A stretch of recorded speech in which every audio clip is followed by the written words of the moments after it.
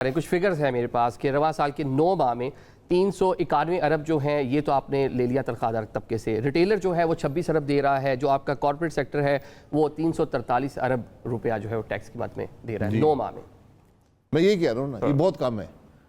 اس کی وجہ یہ ہے کہ اکثر لوگ ٹیکس نہیں دیتے اور آپ ان کو ٹیکس کر بھی نہیں سکتے. تو آپ کو ایک نئے طریقے سے ٹیکسیشن کا نظام بنانا پڑے گا.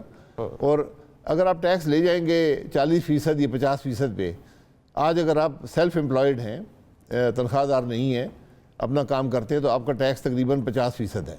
تو وہ کوئی بھی نہیں دے گا. 50% ٹیکس ان ممالک میں ہوتا ہے جہاں وہ ملک آپ کا خیال رکھتا ہے پیدا ہونے سے لے کر مرنے تک. یہ ذمہ داری وہ ملک اٹھاتا ہے, وہ لوگ 50% ٹیکس دیتے ہیں.